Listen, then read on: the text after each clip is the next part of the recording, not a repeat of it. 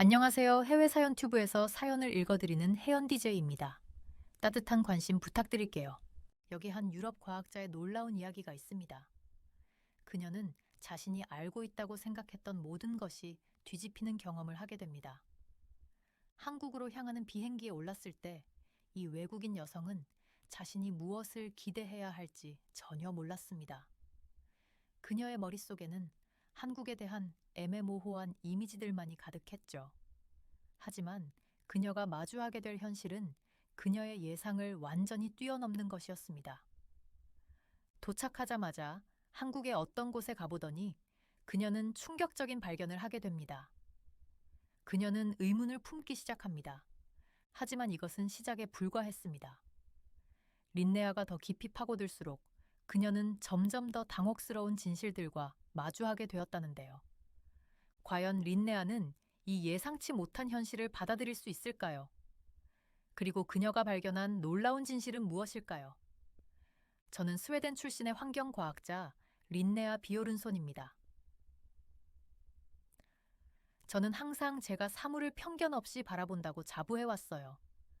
적어도 그렇게 생각했죠. 제 연구는 전 세계를 돌아다니게 했고, 지금은 일본에 와 있습니다. 자연재해가 환경에 미치는 영향을 연구하러 왔어요. 일본은 흥미로운 나라입니다. 지진이나 다른 자연재해가 많이 발생하는 나라죠. 그런데도 일본 사람들은 강인하고 회복력이 강한 것으로 유명합니다. 저는 이들이 어떻게 이런 도전들을 극복하는지 이해하고 싶었어요. 일본에서의 첫 몇 주는 저에게 큰 충격이었습니다. 높은 빌딩이 가득한 바쁜 도시들을 방문하고 믿을 수 없을 만큼 빠른 열차를 탔어요. 모든 것이 매우 현대적이고 효율적으로 보였습니다. 저는 스스로에게 이게 바로 선진국이구나 라고 생각했어요. 제가 연구에 몰두하면서 점점 걱정스러운 징후들이 보이기 시작했어요. 매일 지진, 화산 활동, 기상 패턴에 대한 데이터를 살펴보면서 마치 거대한 퍼즐을 맞추는 것 같았어요. 하지만 완성된 그림은 그다지 예쁘지 않았어요. 어떤 패턴이 보이기 시작했어요. 모든 데이터가 어떤 거대한 재앙을 예고하고 있었습니다. 일본이 엄청난 자연재해를 겪을 것이라 는 징조들이 명확히 나타나고 있었죠. 그 위험 지역은 두 곳, 바로 난카이 해곡이라는 깊은 해저 협곡과 일본의 유명한 화산인 후지산이었어요. 이 발견에 제 심장은 두근거렸어요. 제가 맞다면 수백만 명의 사람들이 위험에 처할 수 있었습니다. 누군가에게 이 사실을 알리고 경고해야 한다는 생각이 들었어요. 하지만 완벽하게 확신하기 전에는 말을 꺼낼 수 없다는 것도 알고 있었죠. 연구를 더 깊이 파고들던 중 놀라운 사실을 발견했어요. 몇 년 전 한 한국 학자가 예측한 일련의 사건들이 있었는데 이 예측들이 제가 지금 보고 있는 데이터와 정확히 일치하는 것이었어요. 처음에는 믿고 싶지 않았어요. 한국? 저는 항상 한국을 일본보다 과학적으로 덜 발전된 나라로 여겼습니다. 그런데 한국에서 온 누군가가 이렇게 정확하게 예측할 수 있었다니 제게는 이해되지 않았어요. 도쿄의 작은 아파트에 앉아 컴퓨터 화면을 바라보던 그 순간이 기억납니다. 한국 학자의 예측이 제 데이터와 나란히 있었습니다. 그것들은 완벽하게 일치했어요. 그런데도 제 안에서는 그것을 받아들이고 싶지 않은 무언가가 있었어요. 한국 연구를 무시할 이유를 찾으려 했어요. 아마도 그냥 운이 좋았던 것일지도 몰라? 아니면 그들이 여러 예측을 했고 그중 하나만 맞았던 걸지도 몰라?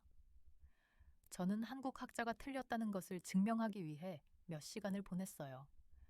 하지만 그럴수록 이 사실을 무시할 수 없다는 것을 깨달았어요. 증거가 너무 강력했어요. 한국의 예측은 정확했고 그것은 제가 연구를 시작하기도 몇 년 전에 이루어졌어요. 이 깨달음은 저를 불편하게 만들었어요. 제가 한국에 대해 알고 있다고 생각했던 모든 것을 흔들어 놓았죠. 저는 항상 한국을 남들을 따라가는 나라로 봤지, 과학 연구를 이끄는 나라로 본 적은 없었어요. 그런데 이제는 제가 틀렸을지도 모른다는 증거 앞에 서게 되었어요. 어떻게 해야 할지 몰랐어요. 제 연구에만 집중하고 한국의 예측은 잊어버리고 싶은 마음도 있었어요. 그렇게 하는 게 더 쉬울 것 같았어요. 신념을 의심할 필요도 없고 한국에 대해 제가 틀렸다는 것을 인정할 필요도 없으니까요. 하지만 제 안의 다른 한편은 그럴 수 없다는 걸 알고 있었어요. 과학자로서 제 임무는 증거를 따르는 것이고 그 증거가 어디로 이끄는지 따라가는 것이니까요. 지금 이 순간 그 증거는 한국으로 저를 이끌고 있었어요. 저는 하룻밤을 잠도 못 자고 고민했어요. 이 한국 연구를 진지하게 받아들인다면 모든 것이 달라질 것을 알았어요. 제 연구뿐만 아니라 제가 세상을 보는 방식도요. 아침이 되자 결심했어요. 이 한국 연구를 더 조사해 보기로 했습니다. 이 학자와 그의 연구에 대해 더 알아보기로 했어요. 쉬운 결정은 아니었지만 그것이 옳은 결정이라는 것을 알고 있었어요. 새로운 연구의 길에 들어서면서 저는 설렘과 두려움이 뒤섞인 감정을 느꼈어요. 저는 미지의 영역에 발을 디디고 있었습니다. 이 길이 저를 어디로 이끌지는 몰랐지만 그것이 중요하다는 것은 알고 있었어요. 제가 노트북을 닫고 도쿄의 바쁜 거리를 바라보았을 때 저는 문득 이런 생각이 들었어요. 앞으로 나를 기다리고 있는 다른 놀라운 일들은 무엇일까? 그리고 이 여정은 나를 어떻게 바꿀까? 인정하고 싶지 않았지만 한국 학자의 예측이 계속 마음에 걸렸어요. 제가 생각하기엔 과학에서 뒤처져 있을 거라 여겼던 한국에서 나온 사람이 어떻게 그렇게 정확할 수 있었을까요? 말도 안 되는 일이었죠. 하지만 증거가 바로 눈앞에 있었어요. 어느 화창한 아침 커피를 마시며 제 노트를 훑어보고 있을 때 사무실 문을 두드리는 소리가 들렸어요. 친절한 미소와 날카로운 눈빛을 가진 여성이 들어왔습니다. 그녀는 자신을 한수진 박사라고 소개했어요. 한국의 환경운동가였죠. 그녀는 재난을 예방하기 위해 일본에 왔다고 했어요. 처음에는 좀 경계했어요. 그녀가 도대체 나에게 무엇을 가르칠 수 있을까 싶었거든요. 하지만 대화를 나누다 보니 제가 얼마나 잘못 생각했는지 깨달았어요. 한 박사는 정말 대단한 사람이었어요. 아니, 그 이상이었어요. 린네야, 그녀가 몸을 앞으로 기울이며 말했어요. 당신의 연구를 읽어봤어요. 인상적이지만 이야기에는 더 많은 부분이 있어요. 그녀는 태블릿을 꺼내 일련의 차트와 그래프를 보여줬어요. 저는 그 정보를 보면서 눈이 커졌어요. 한국에는 재난을 관리하는 시스템이 있었는데 제가 상상했던 것보다 훨씬 더 발전된 것이었어요. 그들은 몇 년 동안 지진, 쓰나미, 화산 폭발에 대비하고 있었던 거예요. 하지만 어떡해요? 제가 혼란스러움과 경외감을 동시에 느끼며 물었어요. 저는 항상 한국이, 이런 분야에서 덜 발전된 나라라고 생각했어요. 한 박사는 부드럽게 미소 지었어요. 흔한 오해예요. 우리는 준비를 해야만 했어요. 우리 역사가 자연의 힘을 이해하고 존중하는 것이 얼마나 중요한지 가르쳐 줬거든요. 그녀의 말을 들으면서 제 선입견이 무너지는 걸 느꼈어요. 한국에 대해 알고 있던 모든 것이 완전히 뒤집히고 있었어요. 불편하면서도 한편으로는 흥미로웠어요. 저는 엄청난 속도로 많은 것을 배우고 있었어요.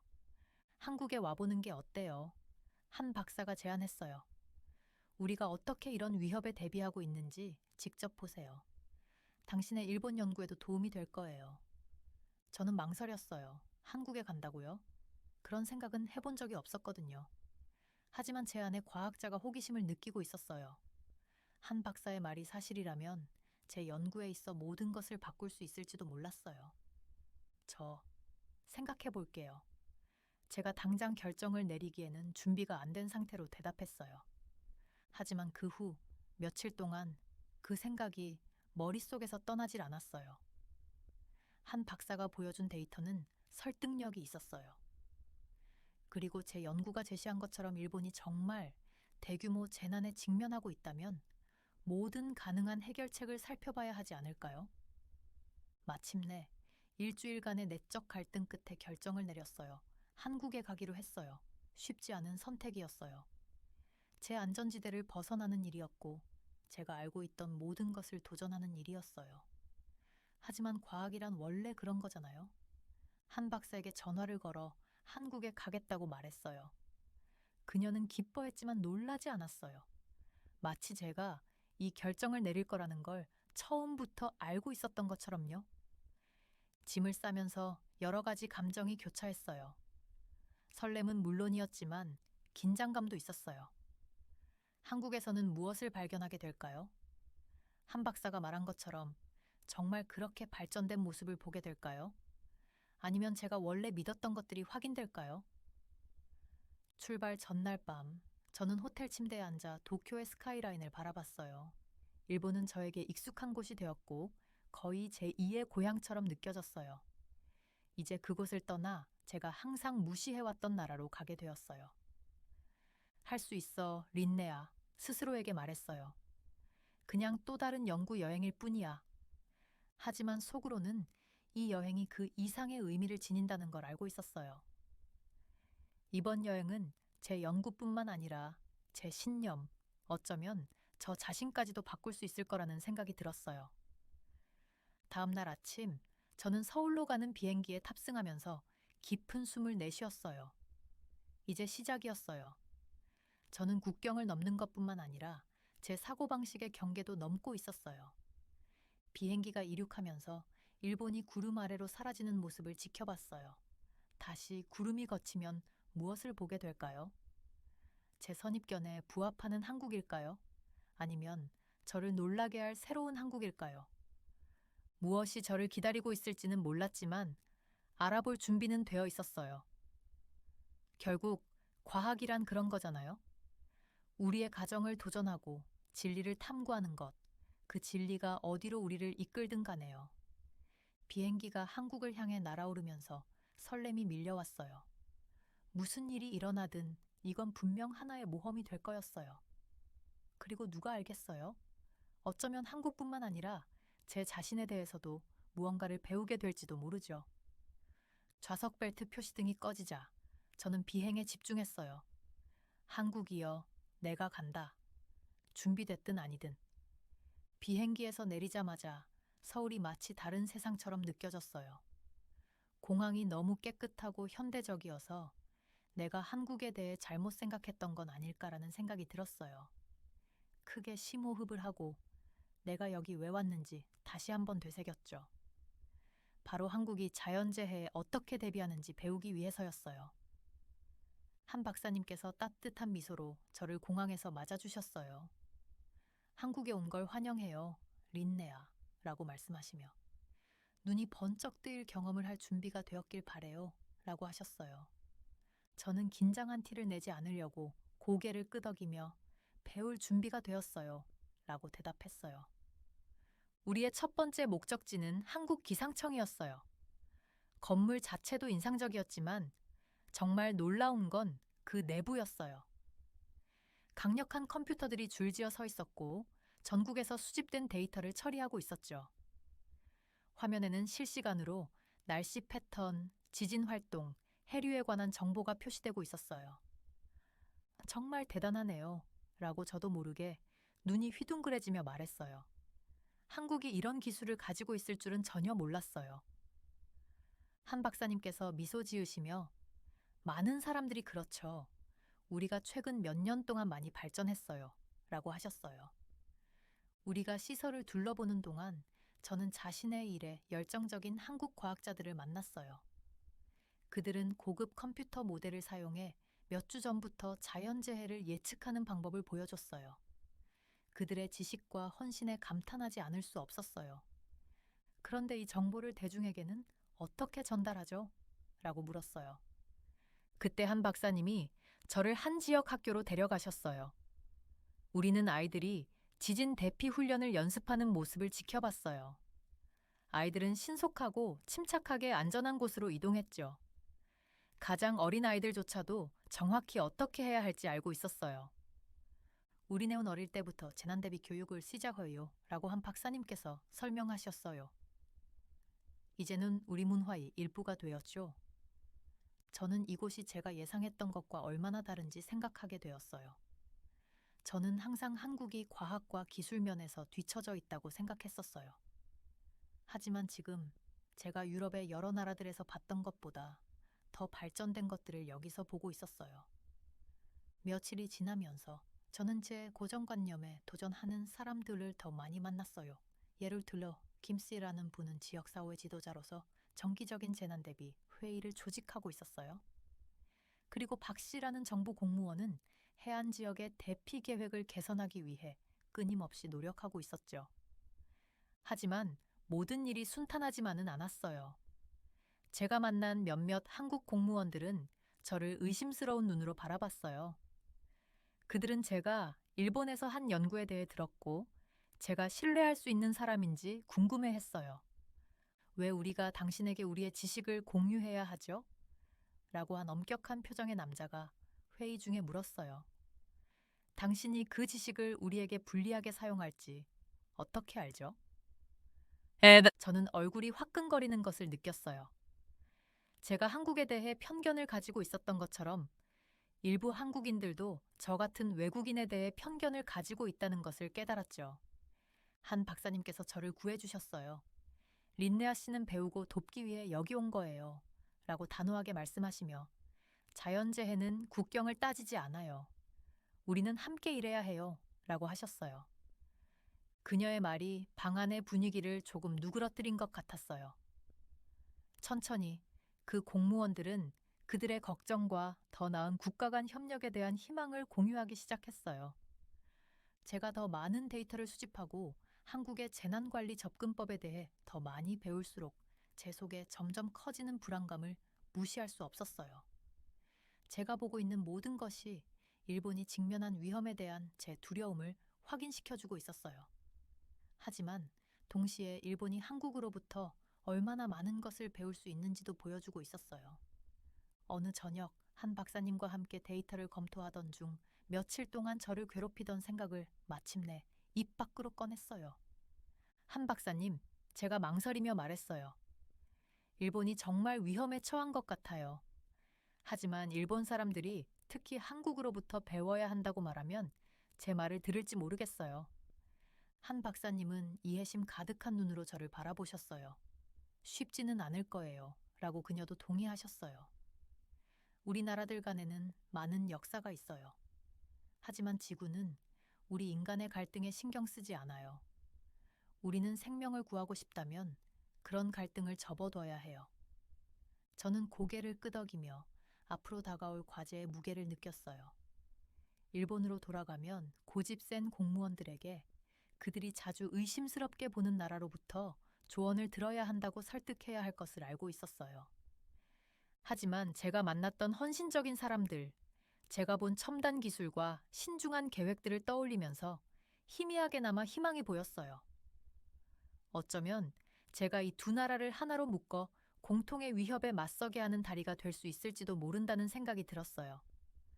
한국에서의 시간이 끝나갈 무렵, 저는 제가 얼마나 많이 변했는지 깨달았어요. 처음 가지고 왔던 편견들이 이제는 어리석게 느껴졌어요. 저는 한국 사람들의 지혜, 헌신, 그리고 친절함을 직접 경험했어요. 그리고 제가 가진 편견들이 중요한 진실을 거의 놓치게 할 뻔했다는 것도 배웠어요. 서울에서의 마지막 밤, 한 박사님은 저를 전통 한국 음식점으로 데려가셨어요. 우리는 맛있는 음식을 즐기면서 단 몇 주 만에 제 세상이 얼마나 넓어졌는지 생각했어요. 진심으로 감사합니다. 제가 한 박사님께 말했어요. 진짜 한국을 보여주셔서요. 저는 제가 모든 것을 알고 있다고 생각했는데 정말 많이 배웠어요. 한 박사님은 미소 지으시며 그게 과학의 아름다움이죠. 그렇지 않나요? 항상 열린 마음을 유지하라고 가르쳐 주잖아요. 라고 하셨어요. 저는 앞으로 다가올 도전에 대한 기대감과 긴장감이 뒤섞인 감정을 느끼며 고개를 끄덕였어요. 일본으로 돌아가면 저는 단순히 재해를 막기 위해 싸우는 것이 아니라 두 나라 사이의 편견과 오해의 벽을 허물기 위해 싸워야 할 거예요. 그날 밤 가방을 싸면서 제가 한국에 도착했을 때의 저와는 다른 사람이 된 것 같은 기분이었어요. 새로운 지식, 새로운 친구들, 그리고 새로운 사명을 가지고 떠나는 거였어요. 앞으로 어떤 도전이 기다리고 있든 저는 열린 마음과 결단력 있는 마음으로 맞설 준비가 되어 있었어요. 도쿄에 있는 큰 정부 건물로 걸어 들어갈 때 깊은 숨을 들이마셨어요. 손은 땀으로 젖었고 심장은 마구 뛰었어요. 곧 아주 중요한 사람들에게 아주 나쁜 소식을 전해야 했거든요. 몇 주 동안 저는 수많은 데이터와 오래도엔 기록들을 파헤쳤어요. 그 결과는 무서웠습니다. 일본은 큰 위험에 처해 있었는데 대부분의 사람들은 전혀 모르고 있었어요. 아시다시피 일본은 불의 고리 위에 자리하고 있어요. 이 불의 고리는 태평양을 둘러싸고 있는 거대한 화산과 지진대의 고리예요. 일본은 원래부터 지진과 쓰나미가 많았지만 이번에 제가 발견한 것은 달랐어요. 모든 징후가 훨씬 더 큰 무언가가 다가오고 있다는 것을 가리키고 있었어요. 이상한 점은 한국의 한 과학자가 몇 년 전에 이미 이걸 예측했다는 거예요. 처음에는 믿고 싶지 않았어요. 솔직히 말하면 저는 항상 한국이 다른 나라들만큼 선진적이지 않다고 생각했거든요. 하지만 정말 큰 착각이었어요.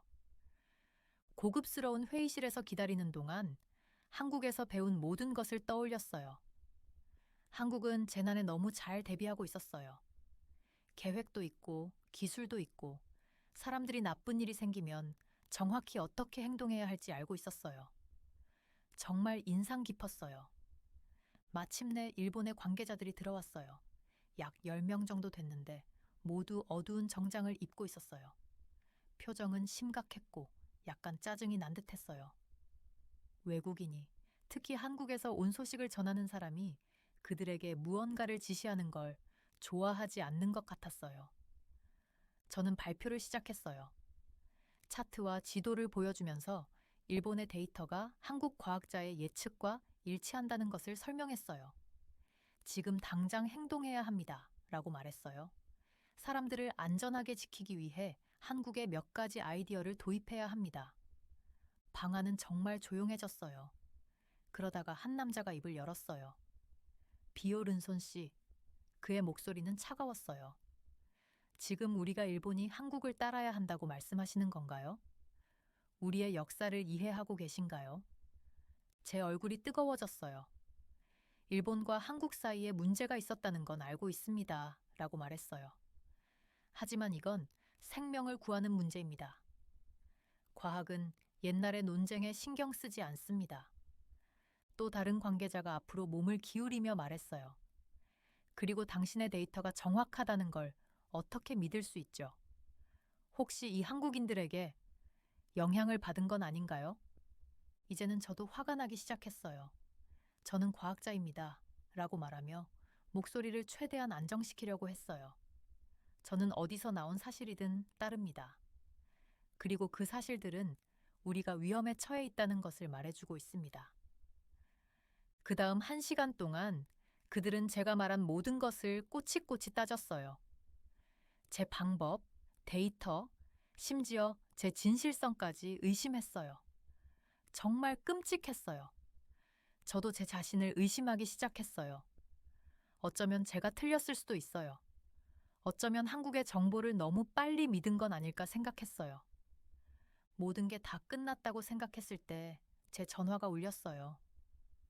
한국의 동료인 한 박사님에게서 온 메시지였어요. 그녀는 제가 말한 모든 것을 증명하는 새로운 보고서, 최신 데이터를 보내줬어요. 떨리는 손으로 저는 그 새로운 정보를 큰 화면에 띄웠어요. 방 안은 다시 조용해졌어요. 하지만 이번에는 분위기가 달랐어요. 관계자들은 앞으로 몸을 기울이며 걱정스러운 표정을 지었어요. 이건 상황을 바꿉니다. 라고 마침내 한 사람이 말했어요. 완전한 승리는 아니었어요.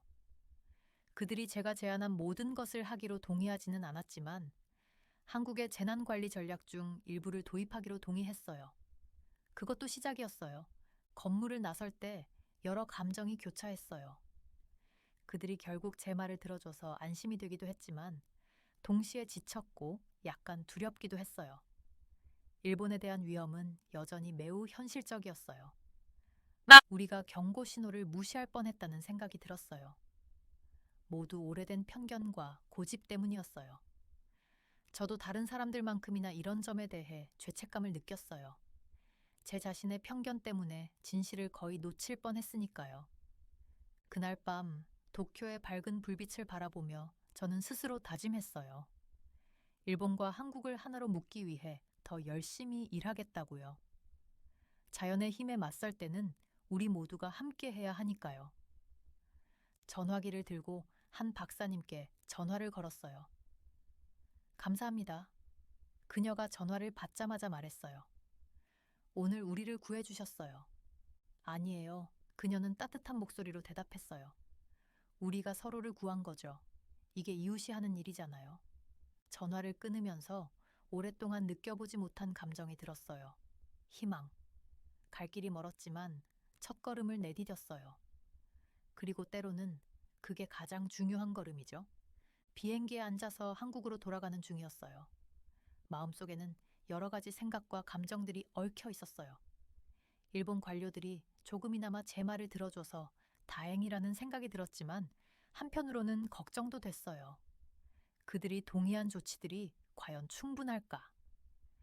일본에서 다가오는 재앙은 여전히 시한폭탄처럼 느껴졌거든요.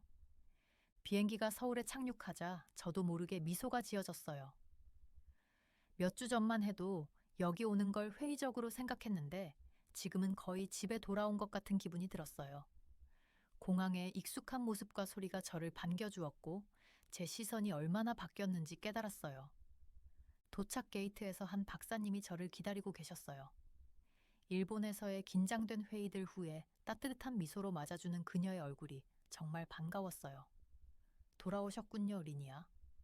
그녀는 저를 안아주며 말했어요. 어땠나요? 우리는 그녀의 차로 걸어가며 그동안 있었던 일을 모두 설명했어요.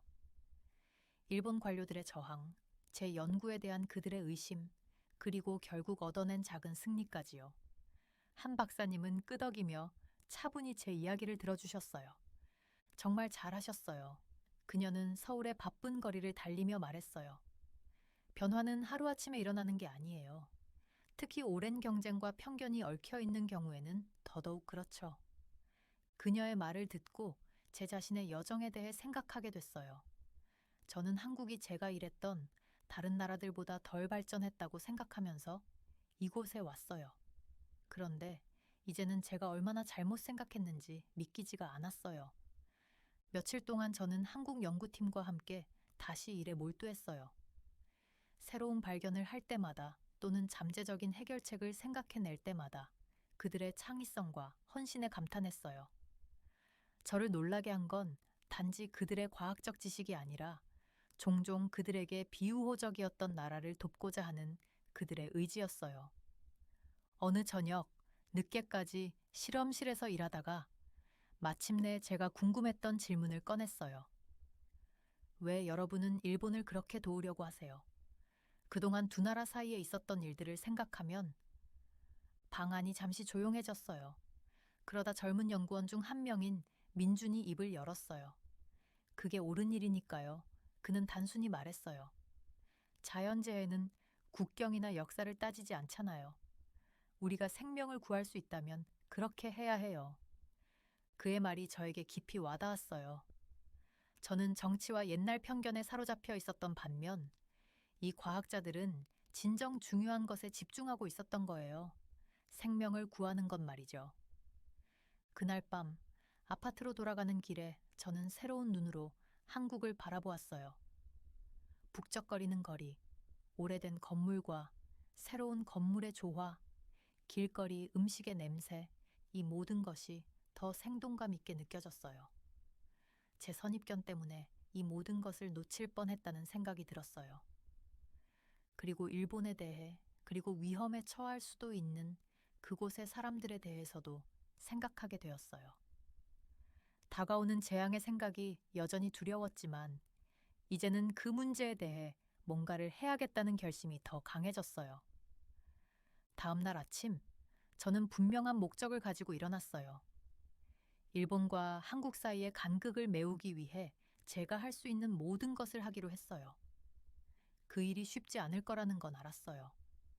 수년간의 불신과 경쟁이 하루아침에 사라질 수는 없으니까요.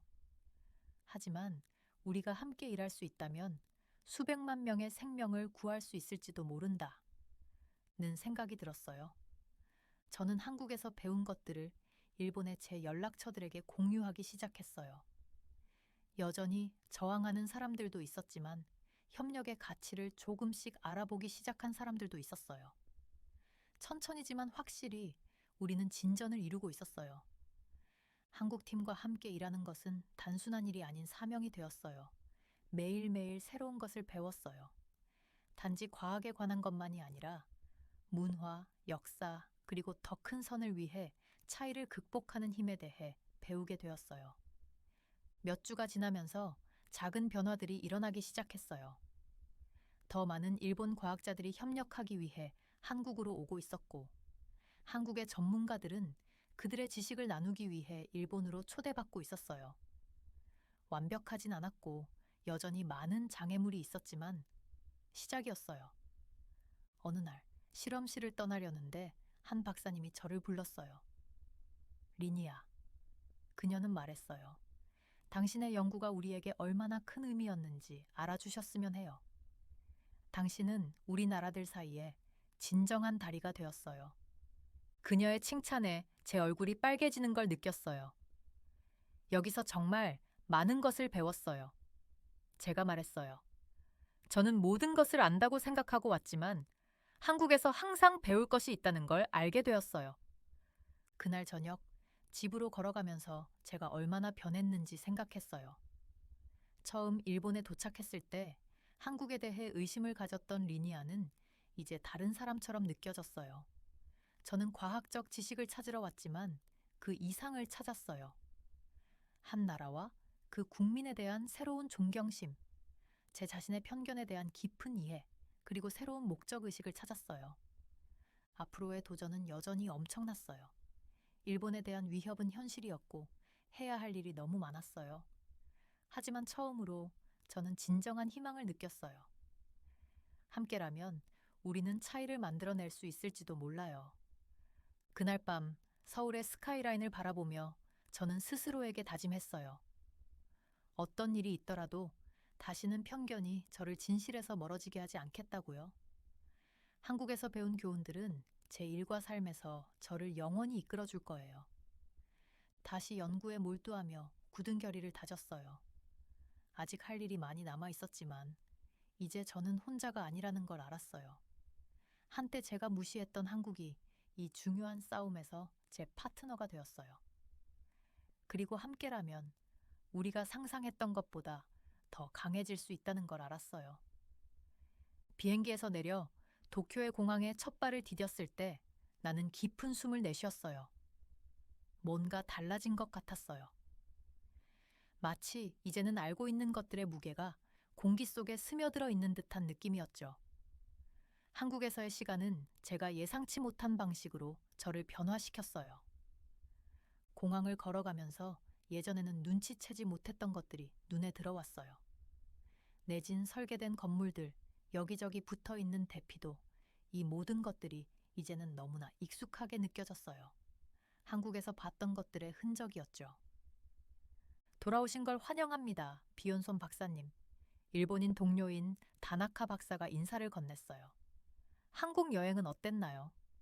출발 전에는 회의적이었던 제 자신이 떠올라 미소가 지어졌어요. 정말 많은 걸 배웠어요. 제가 대답했어요. 팀에게도 공유할 것이 정말 많아요. 그 후 몇 주 동안 저는 일에 몰두했어요. 제가 발견한 것들을 공유하려고 정부 관계자들, 동료 과학자들, 그리고 지역사회 단체들까지 모든 사람에게 발표했어요. 처음에는 저처럼 회의적인 반응을 보이는 사람들이 많았어요. 왜 우리가 한국의 연구를 들어야 하죠? 한 정부 관계자가 회의 중에 물었어요. 우리의 방법은 지금까지 잘 작동해 왔습니다. 저는 깊은 숨을 내쉬며 예전에 제 생각을 떠올렸어요. 당신의 우려를 이해합니다. 제가 말했어요. 하지만 데이터는 거짓말을 하지 않아요. 한국은 수많은 생명을 구할 수 있는 혁신적인 해결책을 개발했어요. 서서히 사람들은 귀를 기울이기 시작했어요. 쉽지는 않았어요. 밤을 새우는 일도 많았고 열띤 토론도 있었어요. 하지만 발표와 대화를 거듭할수록 사람들의 태도는 조금씩 변하기 시작했어요. 어느 날 퇴근길에 새로운 것을 발견했어요. 가게 창문에 붙은 포스터가 눈에 띄었는데 한국에서 봤던 방법을 사용하는 지역 사회재난 대비 강좌를 홍보하는 것이었어요. 가슴이 뭉클해졌어요. 작은 변화였지만 시작이었어요. 몇 주가 몇 달로 바뀌면서 더 많은 변화가 나타나기 시작했어요. 일본은 점점 더 한국의 재난 대비 전략을 도입하기 시작했어요. 조기 경보 시스템이 업데이트되고 건축 법규가 개정되며 공공교육 프로그램도 확장되었어요. 하지만 가장 큰 변화는 일본과 한국이 함께 일하는 방식이었어요. 두 나라의 과학자들이 연구 프로젝트에서 협력하기 시작했고, 정부 관계자들은 재난 대응 계획을 논의하기 위해 공동회의를 열었어요. 저는 그 모든 일의 중심에 있었어요. 이제 제가 이해하고 존중하게 된 두 문화를 이어주는 다리가 된 거죠. 어느 날 저녁, 사무실에서 늦게까지 일하고 있을 때 뜻밖의 전화가 걸려왔어요. 한국의 한 박사님이었어요. 린네야, 따뜻한 목소리로 한 박사님이 말했어요. 일본에서 일어나고 있는 변화들에 대해 들었어요. 정말 대단한 일을 하셨네요. 눈물이 가올랐어요. 한 박사님 덕분이에요. 제가 말했어요. 한 박사님 덕분에 정말 많은 것을 배울 수 있었어요. 우리 모두 편견이 있죠. 한 박사님이 대답했어요. 중요한 건 당신이 그 편견에 도전하려고 했다는 거예요. 전화를 끊고 나서 의자에 앉아 제가 얼마나 멀리 왔는지 생각했어요. 처음 일본에 도착했을 때 린네아는 지금의 저를 거의 알아보지 못할 거예요. 대재해의 위협은 여전히 현실이었어요. 데이터는 여전히 불길한 패턴을 보여주고 있었고 해야 할 일은 너무 많았어요. 하지만 이제 우리는 혼자가 아니었어요. 한때 오해했던 나라에 이제는 동료가 생겼어요. 퇴근 준비를 하며 책상 위에 사진이 눈에 들어왔어요. 한국에서 한 박사님과 우리 연구팀과 함께 찍은 사진이었어요. 모두가 활짝 웃고 있었죠. 그 옆에는 일본 동료들과 찍은 비슷한 사진이 놓여 있었어요. 그 두 사진을 나란히 보면서 중요한 깨달음을 얻었어요. 사진 속 사람들은 전혀 다르지 않았어요. 우리 모두 같은 목표를 공유했고, 같은 두려움을 느꼈으며, 더 안전한 미래를 향한 같은 희망을 가지고 있었어요. 그날 밤 사무실을 나서면서 나는 희망을 느꼈어요. 앞으로의 길이 험난하겠지만 저는 그 도전을 맞이할 준비가 되어 있었어요. 그리고 이제 일본, 한국, 그리고 저 같은 과학자들이 힘을 합치면 훨씬 더 나은 결과를 얻을 수 있다는 걸 알았어요. 집으로 가는 길에 지진 대피 훈련을 하고 있는 학생들 무리를 지나쳤어요. 그들은 자신감 있게 움직였고 확실히 잘 준비된 모습이었어요. 그들의 안전이 두 나라의 협력의 결과임을 알기에 저는 미소를 지었어요. 그날 밤 잠자리에 들면서 저를 여기까지 데려온 여정을 떠올렸어요. 편견으로 가득 찬 회의적인 과학자에서 공통의 위협 앞에서 두 나라를 가까이 묶어주는 역할을 한 사람이 된 저의 변화를요. 한국에서 가져온 가장 소중한 것은 단순한 과학적 지식이 아니었어요. 그것은 세상을 보는 새로운 시각, 자신의 고정관념에 도전하는 용기, 그리고 예상치 못한 곳에서 공통점을 발견하는 방법이었어요. 재해의 위협은 여전히 존재했지만 잠이 들 무렵 오랜만에 느껴보는 감정이 있었어요. 희망이었어요. 더 안전한 미래를 위한 희망, 지속적인 협력을 위한 희망, 그리고 제가 배운 것처럼 다른 사람들도 자신의 편견을 뛰어넘어 세계적 도전에 맞서 예상치 못한 동맹을 찾을 수 있을 것이라는 희망이었어요. 내일은 새로운 도전과 새로운 데이터 분석, 새로운 전략 개발을 가져다 줄 거예요. 하지만 저는 준비되어 있었어요. 열린 마음으로, 협력과 새로운 이해로 무장하고 어떤 어려움이 닥쳐도 맞설 준비가 되었어요. 한국에 다시 가게 될 줄은 정말 꿈에도 몰랐어요. 정말이지 상상도 못했죠. 그런데 지금 저는 가방을 싸면서 어떻게 이 상황에 처하게 되었는지 궁금해하고 있었어요. 제 이름은 엘로웬이고 저는 독일 함부르크 출신의 환경과학자입니다. 35살이고 스스로를 실용적인 사람이라고 생각해요. 저는 감정보다는 이성에 충실한 사람입니다. 그래서 눈앞에 보이는 것만 믿습니다. 그래서 이번 여행에 대해 왜 이렇게 긴장되는지 이해할 수가 없었어요. 가방을 다 싸고 나서 깔끔하고 정돈된 제 아파트를 둘러보았어요. 모든 것이 제가 좋아하는 방식으로 제자리에 있었습니다. 이것이 독일을 사랑하는 이유 중 하나죠.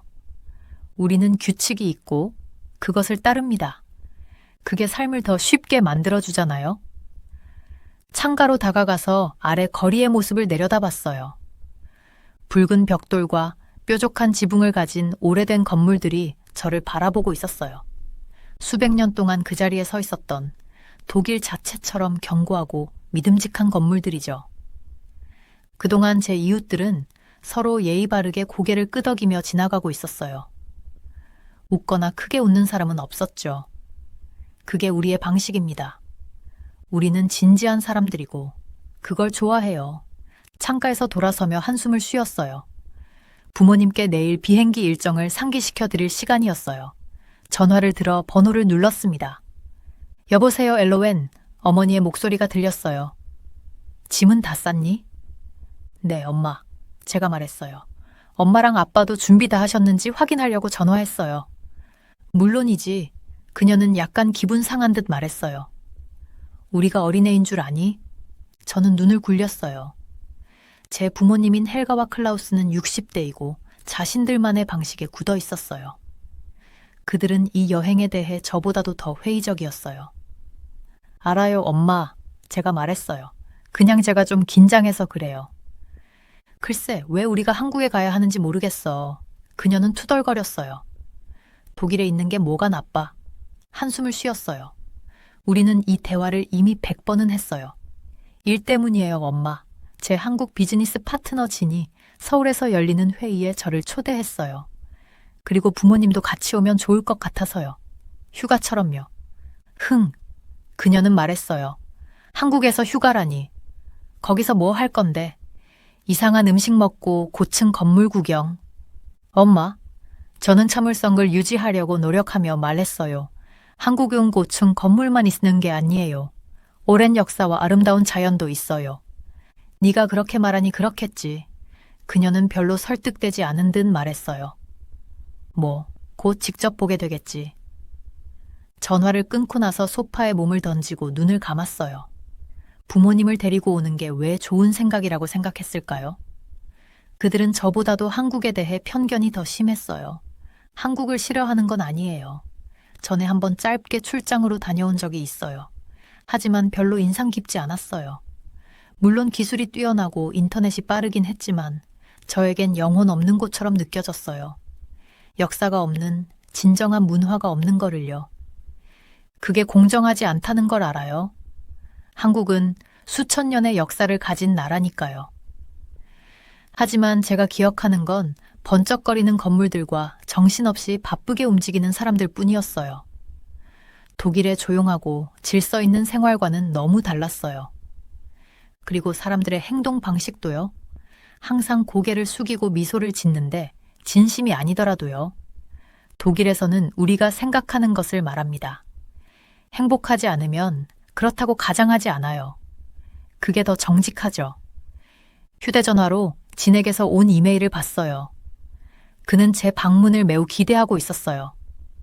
진짜 한국을 보여줄 수 있기를 기다리고 있어요. 그가 썼어요. 서울 외에도 볼 게 많아요. 약간의 죄책감이 느껴졌어요. 진은 제가 까칠하거나 성급할 때도 항상 친절했어요. 아마 이번 여행에 대해 더 열린 마음을 가져야 할지도 모르겠어요. 하지만 부모님을 떠올렸어요. 외국에서 그들을 어떻게 관리할까요? 그들은 한국어를 전혀 못하고 모험적인 식성도 아니에요. 이건 정말 재앙이 될 거예요. 책장에서 한국 가이드북을 꺼냈어요. 여행 전에 좀 읽어보는 게 좋을 것 같았어요. 문화 충격에 대비할 수 있을지도 모르잖아요. 페이지를 넘기며 고대 사찰, 아름다운 산, 현대적인 도시의 사진들을 봤어요. 솔직히 흥미로워 보이긴 했어요. 하지만 실제로도 이 예쁜 사진들과 같을까요? 책을 닫고 기내 가방에 넣었어요. 내일이면 알게 되겠죠. 내일이면 우리는 한국으로 가는 길에 오를 겁니다. 잠자리에 들 준비를 하면서 두려움과 기대감이 뒤섞인 기분을 느꼈어요. 한국이 정말 내가 기억하는 만큼 나쁠지 궁금하기도 했고, 모든 것에 대해 제가 틀렸을까봐 두렵기도 했어요. 만약 한국이 나를 놀라게 한다면, 만약 그것이 내 세상을 보는 방식을 바꿔놓는다면, 머리를 저었어요. 아니, 그건 말도 안 돼. 단지 2주간의 여행일 뿐이에요. 2주 동안 얼마나 많이 바뀔 수 있겠어요? 잠에 빠져들며 몰랐어요. 이번 여행이 제 세계를 완전히 뒤흔들 거라는 걸요. 한국은 저를 놀라게 하는 것 이상으로 제가 알던 모든 것, 부모님, 그리고 세상에 대한 모든 것을 바꿔놓을 겁니다. 하지만 그 이야기는 내일의 이야기예요. 지금 조용한 독일 아파트에서 저는 여전히 모든 것을 다 알고 있다고 생각하는 실용적인 과학자 엘로웬일 뿐이었어요. 정말 충격적인 경험이 기다리고 있었죠. 인천공항에 착륙하자마자 가슴이 두근거렸어요. 부모님인 헬가와 클라우스를 보니 호기심과 긴장감이 뒤섞인 표정을 짓고 계셨어요. 자, 이제 시작이야 하고 심호흡을 깊이 했어요. 비행기에서 내리자마자 모든 게 다르게 느껴졌어요. 공기가 깨끗하고 상쾌했어요. 대도시라고 생각했을 때와는 달리요. 공항을 지나가면서 모든 게 얼마나 깨끗한지 계속 눈에 들어왔어요. 바닥이 거울처럼 반짝였고 먼지 한 톨도 없었어요. 엘로웬, 엄마가 팔을 잡아당기며 속삭였어요. 여기 사람들 봐봐. 얼마나 질서정연한지. 이민국에서 사람들은 줄을 서서 차례를 기다리고 있었어요. 밀치거나 떠드는 사람도 없이 차분하게요. 아빠도 한마디 했어요. 그리고 이 표지판 봤니? 한국어, 영어, 심지어 독일어로도 적혀 있어. 이건 예상 못했는데. 저도 고개를 끄덕였어요. 한국이 생각보다 외국인에게 친절한 나라일지도 모른다고 느꼈어요.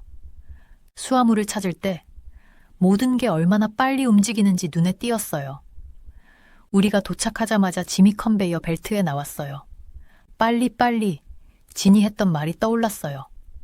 한국에서는 빨리빨리라는 뜻인데 정말 그 말 그대로였어요. 공항 기차역으로 가면서 부모님의 눈이 커지는 걸 봤어요. 역은 초현대적이었고 디자인도 세련되었으며 터치스크린 티켓 기계도 있었어요.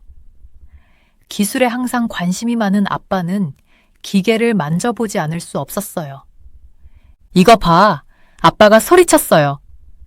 여러 언어로 티켓을 살 수 있고 목적지까지 가장 빠른 경로도 보여줘. 왜 우리나라에는 이런 게 없을까? 엄마도 놀라운 표정을 지으며 고개를 끄덕였어요. 그리고 정말 저렴해. 가격을 보며 덧붙였어요. 기차에 탔을 때 모든 게 얼마나 깨끗하고 새로운지 느껴졌어요. 좌석은 편안했고 짐을 놓을 공간도 넉넉했어요. 전자 디스플레이는 실시간으로 경로와 도착 예상 시간을 보여줬어요. 이건 독일에서 본 것보다 더 발전된 것 같아. 아빠가 속삭였어요. 분명 감명받은 듯 했어요. 서울로 가는 기차 여행은 눈이 번쩍 뜨이는 경험이었어요. 현대적인 건물과 푸르른 공원이 번갈아 보였어요. 도시는 도시 개발과 자연이 완벽하게 조화를 이루고 있었어요. 내가 예상했던 것과는 전혀 달라 창문에 코를 대고 엄마가 말했어요. 모두 콘크리트와 고층 건물뿐일 줄 알았는데 저 멀리 산을 봐. 저도 동의했어요.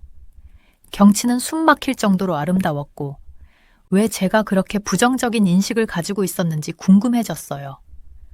우리의 정거장이 가까워지자 스피커에서 안내 방송이 나왔어요. 먼저 한국어로, 그 다음 영어로, 그리고 놀랍게도 독일어로요. 정말 모든 걸 생각해주는구나. 혼자 생각했어요. 기차에서 내리자마자 서울의 분주함이 우리를 맞이했어요. 에너지가 느껴졌어요. 사람들은 바쁘게 움직이고 대화 소리가 웅성거리며 맛있는 길거리 음식 냄새가 간간히 풍겼어요. 정말 살아있어. 아빠가 외쳤어요. 목소리에 흥분이 묻어났어요.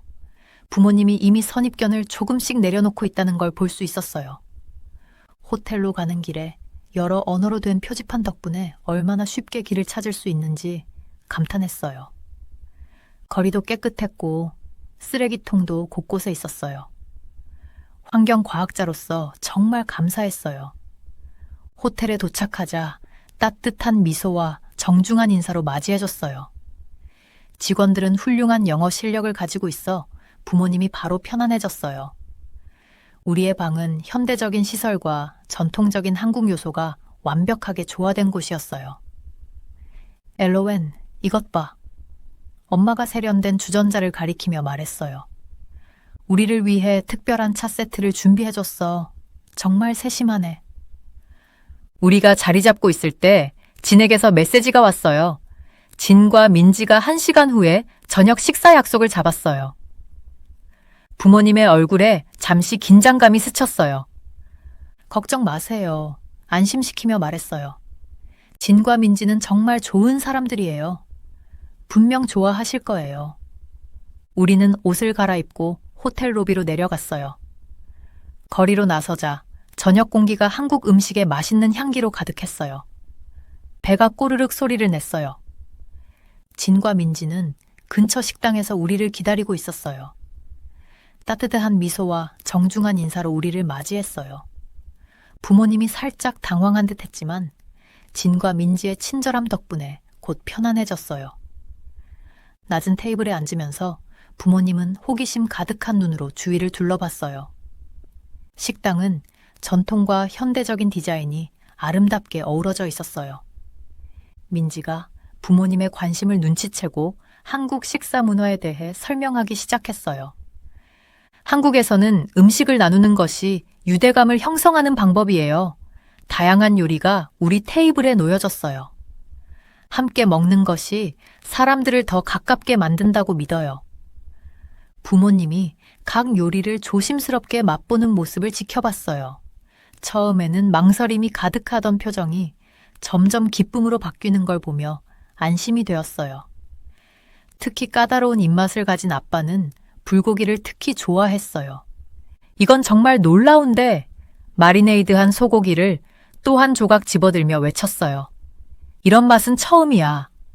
저녁이 진행될수록 부모님이 점점 더 편안해지는 걸 볼 수 있었어요. 진의 농담에 웃고 민지의 한국 문화 이야기에 귀를 기울이며 심지어 젓가락도 시도해 보셨어요. 성공률은 각기 달랐지만요. 저녁이 끝날 즈음 무언가가 바뀐 것이 분명했어요. 도착했을 때의 두려움과 회의가 사라지고 진정한 호기심과 즐거움이 그 자리를 차지했어요. 진과 민지에게 인사를 하고 다시 만날 약속을 하며 부모님이 눈빛을 주고받는 걸 보았어요. 우리가 이곳을 오해했을지도 몰라 라는 눈빛이었어요. 호텔로 돌아가는 길, 서울의 넌사인이 우리 길을 비추고 나는 흥분감이 차오르는 걸 느꼈어요. 이것은 우리의 한국 모험의 시작일 뿐이었고 이미 기대 이상이라는 생각이 들었어요. 그날 밤 침대에 누워 도시의 부드러운 소리를 들으며 미소를 지었어요. 우리의 여정은 이제 막 시작되었지만 이미 한국은 우리에게 마법을 걸고 있었어요. 앞으로의 날들이 정말 기대되었어요. 서울에서의 첫날이 일찍 시작됐어요. 시차 때문에 부모님과 저는 새벽에 깼는데 그 덕분에 도시가 깨어나는 모습을 볼 수 있었죠. 거리가 참 깨끗하네.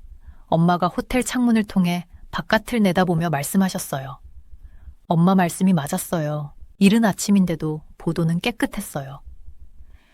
처음 서울에 왔을 때와는 달리 저는 쓰레기와 혼란을 예상했었거든요. 그런데 질서와 청결함이 독일만큼이나 잘 유지되고 있더라고요. 아침을 먹으러 진과 민지를 전통 한식당에서 만났어요. 부모님은 방바닥에 앉는 게 익숙하지 않은지 긴장된 표정이었어요. 항상 이렇게 먹는 거야? 아빠가 불편해하며 물으셨어요. 진이 웃으며 말했어요. 항상은 아니에요. 하지만 가끔 이렇게 먹는 게 좋죠. 뿌리를 느끼게 해주거든요. 서빙된 요리들을 보며 저는 놀랐어요. 작은 그릇들에 다양한 음식들이 담겨 있었어요. 색깔, 질감, 냄새까지 정말 압도적이었어요. 이건 뭐지? 엄마가 빨간 소스를 가리키며 물으셨어요. 그건 고추장이에요. 민지가 설명했어요. 매우니까 조심하세요. 아빠는 용감하게 큰 한 숟가락을 드셨어요. 얼굴이 고추장 색처럼 빨개졌어요. 모두가 웃으며 아빠가 물을 급하게 마시는 모습을 지켜봤어요. 맛있네. 아빠가 눈물을 흘리며 말씀하셨어요. 하지만 조금씩 먹는 게 좋겠어. 아침을 먹고 우리는 도시를 탐험하러 나섰어요. 첫 목적지는 지하철이었어요. 처음 왔을 때처럼 혼란스러웠던 기억이 떠올랐어요. 이번에는 부모님이 복잡한 지하철 지도를 이해하려는 모습을 지켜봤어요. 이걸 어떻게 이해하라는 거지? 엄마가 중얼거리셨어요. 그러자 민지가 디지털 키오스크 사용법을 보여줬어요. 화면을 몇 번 터치하자 표가 나왔어요. 이게 다야? 아빠가 놀라며 물으셨어요. 독일에서는 아직도 설명서를 읽고 있겠는데. 지하철은 또 다른 놀라움이었어요. 깨끗하고 조용하며 효율적이었어요. 몇 분마다 기차가 왔어요. 낙서도 쓰레기도 없었고 노인들에게 자리를 양보하는 사람들이 많았어요. 이런 건 처음 봐. 엄마가 저에게 속삭였어요. 저도 고개를 끄덕이며 첫 방문 때의 놀라움을 떠올렸어요. 첫 번째 목적지는 경복궁이었어요. 거대한 문을 지나면서 마치 과거로 돌아간 기분이었어요. 곡선 지붕의 화려한 건물들은 집의 성과는 전혀 달랐어요. 동화 같아. 엄마가 여기저기 사진을 찍으며 말씀하셨어요. 우리는 수문장 교대식을 지켜봤어요. 수문장들은 전통 의상을 입고 옛 무기를 들고 있었어요. 진지한 의식이면서도 관광객들을 위한 쇼였어요. 이게 진짜야? 아빠가 진에게 물으셨어요. 아니면 그냥 보여주기용인가? 둘 다요. 진이 말했어요. 진짜 의식이기도 하고 방문객들에게 역사를 공유하는 방법이기도 해요. 궁궐을 걸으며 민지는 왕과 왕비에 대한 이야기를 해주었어요. 부모님이 귀를 기울이며 흥미롭게 들으시는 모습이 보였어요. 이제 부모님도 한국이 독일만큼이나 풍부한 역사를 가지고 있다는 걸 알기 시작했어요. 궁궐을 나와서 강남으로 향했어요. 극명한 대조가 눈에 띄었어요. 한순간에 옛 한국에 있다가 다음 순간에는 유리와 철강으로 이루어진 미래도시로 온 느낌이었어요. 이게 더 기대했던 모습이야. 아빠가 마천루를 올려다보며 말씀하셨어요. 우리는 첨단 아파트 전시장을 방문했어요. 판매원이 스마트폰으로 조명, 온도, 냉장고까지 모두 제어할 수 있는 모습을 시연해줬어요. 우유가 떨어질 일이 없겠네요. 판매원이 말했어요. 냉장고가 직접 주문해줄 테니까요. 엄마는 감탄하며 물으셨어요. 왜 독일에는 이런 게 없을까? 저도 같은 생각을 하며 어깨를 으쓱했어요. 점심은 한국식 바비큐 식당에서 먹었어요. 테이블 가운데 그릴이 있었고 진이 주문하자 곧 생고기가 나왔어요. 우리가 직접 구워 먹는 거야? 아빠가 불안해하며 물으셨어요. 그게 재미죠. 민지가 고기를 굽는 법을 보여줬어요. 지글지글 구워지는 고기 냄새가 퍼지자 부모님도 편안해지셨어요. 젓가락을 사용해 보다가 결국 포크를 쓰며 웃으셨어요. 정신없지만 맛있는 식사였고 우리 모두를 더 가까워지게 했어요. 오후에는 전통시장을 방문했어요. 좁은 골목은 사람들로 붐볐고 생선부터 수공예품까지 다양한 물건들을 파는 가판대가 가득했어요. 정말 활기차네. 엄마가 눈을 반짝이며 말했어요. 이 낯선 음식들도 봐. 우리는 길거리 음식을 먹어봤어요. 바삭한 호떡과 매운 떡볶이를 먹었고 아빠는 예상 밖으로 번데기도 먹어봤어요. 나쁘지 않네. 아빠가 생각에 잠긴 듯 씹으며 말했어요. 약간 경화류 맛이 나. 하루를 마무리하며 작은 전통 찻집에 들렀어요. 이번에는 좀 더 편안하게 방바닥에 앉았어요. 진의 친구인 박씨 아저씨가 우리와 함께 했어요. 차를 마시며 박씨 아저씨는 한국의 역사에 대해 이야기해줬어요. 침략과 고난, 그러나 또한 회복력과 발전에 대해서도 말했어요. 50년 전만 해도 이 나라는 세계에서 가장 가난한 나라 중 하나였어요. 박씨 아저씨가 말했어요.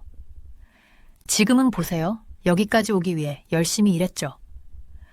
부모님이 고개를 끄덕이며 새로운 종영심을 보였어요. 이제 한국의 성공이 단순히 기술 때문만은 아니라는 걸 이해하기 시작했어요. 그것은 전통을 존중하면서 변화를 받아들이려는 의지와 결단력이었어요. 그날 밤 호텔로 돌아오는 길에 저는 변화를 느꼈어요.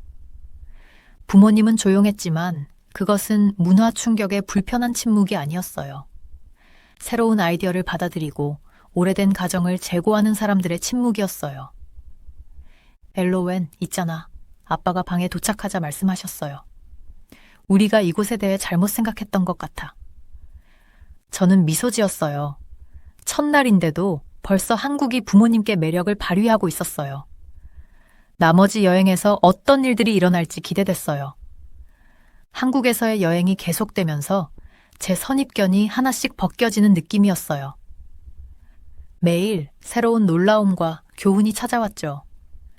진과 민지가 우리의 상시 동반자가 되어 한국 문화를 안내해 주었어요. 어느 화창한 아침, 경복궁을 방문했어요. 화려한 단청으로 장식된 웅장한 건물들이 푸른 하늘을 배경으로 당당하게 서 있었죠. 엄마는 감탄하며 정말 아름다워. 한국에 이런 멋진 역사적인 장소가 있을 줄은 몰랐어. 라고 했어요. 부모님이 민지의 한국 역사 설명을 열심히 듣고 있는 모습을 보았어요. 그들의 얼굴에는 진정한 관심이 가득했어요. 초기의 회의적인 모습과는 거리가 멀었죠. 아빠는 심지어 한복도 입어보고 사진을 찍으며 웃었어요. 한국의 왕이 된 기분이야 라고 농담까지 했죠. 그날 오후에는 서울의 현대적인 지역인 강남을 탐험했어요. 세련된 건물들과 분주한 거리는 우리가 아침에 본 궁과는 완전히 대조적이었어요.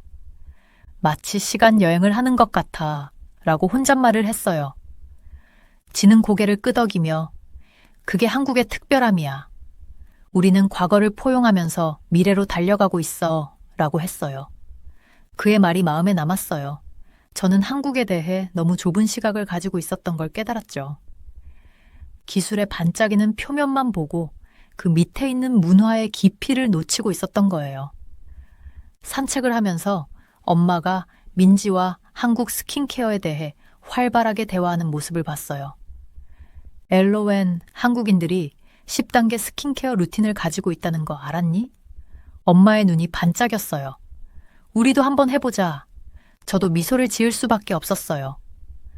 불과 일주일 전만 해도 엄마는 한국 뷰티 제품을 유행이라고 무시했었죠. 이제는 더 배우고 싶어 하셨어요.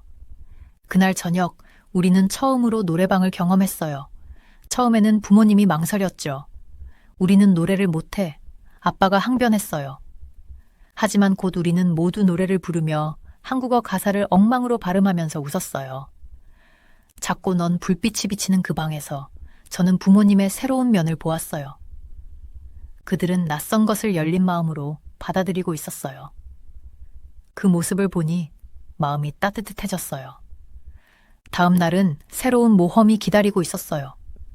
찜질방 방문이었죠. 처음에는 그 개념이 낯설었어요.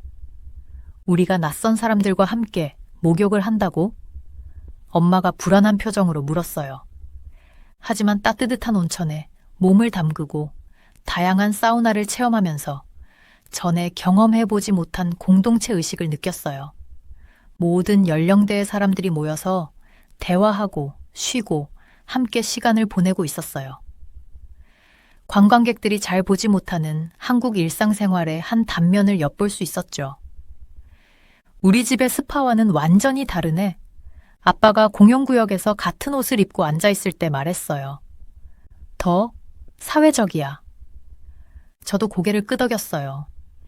이 경험이 한국의 공동체와 공유 공간의 가치를 반영하고 있다는 것을 깨달았어요. 우리가 익숙한 개인주의 문화와는 많이 달랐죠. 어느 저녁 우리는 문화적 우월성에 대한 열띤 토론을 벌였어요. 아빠가 독일의 공학 기술이 세계 최고라고 언급했을 때 시작됐죠. 지는 예의 있게 반대하며 한국 기술이 앞서고 있는 몇 가지 분야를 지적했어요. 처음에는 방어적이었어요. 우리나라를 위해 싸워야 하는 거 아닌가. 하지만 대화가 진행되면서 제 자신의 믿음을 의심하게 되었어요. 왜 독일의 우월성을 증명해야 한다고 느꼈을까? 서로 다른 문화가 서로 다른 분야에서 뛰어날 수는 없는 걸까? 엄마는 우리를 놀라게 했어요. 아마도 우리가 너무 성급하게 판단했을지도 몰라. 한국에 대해 모르는 게 너무 많았어. 그녀의 말이 공기 중에 맴돌았고 분위기가 바뀌는 것을 느낄 수 있었어요. 마치 우리가 모두 한 발짝 물러서서 우리의 시각이 얼마나 변했는지 깨달은 것 같았어요. 다음 날 민지가 우리를 전통 찻집으로 데려갔어요. 바닥에 앉아 향기로운 차를 섬세한 잔에 마시며 평화로운 기운이 감돌았어요. 찻집 주인 박씨 아저씨가 우리와 함께 했어요. 주름진 얼굴에 미소를 지으며 다도에 대해 설명하기 시작했죠. 한국에서는 차를 마시는 것이 단순히 맛을 보는 것이 아니에요. 자연과 다른 사람들, 그리고 자기 자신과의 조화를 찾는 것이죠. 박씨 아저씨의 지혜로운 말을 들으면서 한국이 단순히 한 나라에 대한 사실을 넘어서는 더 많은 것을 가르쳐 주었다는 것을 깨달았어요. 세상을 보는 새로운 방식을 보여준 거죠. 부모님을 바라보니 그들의 눈에서도 같은 깨달음을 볼 수 있었어요. 우리는 선입견을 가득 안고 한국에 왔어요. 이제 그 선입견이 무너지고 새로운 이해와 감사를 대신하게 되었어요. 그날 밤 서울의 넌 불빛 아래 호텔로 돌아가면서 깊은 감사의 마음이 들었어요. 우리에게 한국을 보여준 진과 민지의 인내심에 대한 감사, 열린 마음으로 배운 부모님에 대한 감사, 그리고 제 믿음을 도전하고 시야를 넓혀준 한국에 대한 감사. 이번 여행은 단순히 한국을 발견하는 것이 아니라 우리 자신을 발견하는 여정기였어요. 성장하고 변화하며 세상을 새로운 시각으로 보는 우리의 능력을 깨달은 거죠. 호텔에 도착했을 때 엄마가 미소를 지으며 저에게 말했어요. 엘로웬, 이번 여행이 우리 모두를 변화시킨 것 같아. 저도 전적으로 동의했어요. 우리의 한국 모험은 아직 끝나지 않았지만 이미 우리는 전과 같지 않을 것이라는 걸 알았어요. 위에 다른 따뜻한 사연들도 있으니 꼭 시청해주세요. 구독과 좋아요 부탁드릴게요. 끝까지 시청해주셔서 감사합니다. 그럼 내일 또 만나요.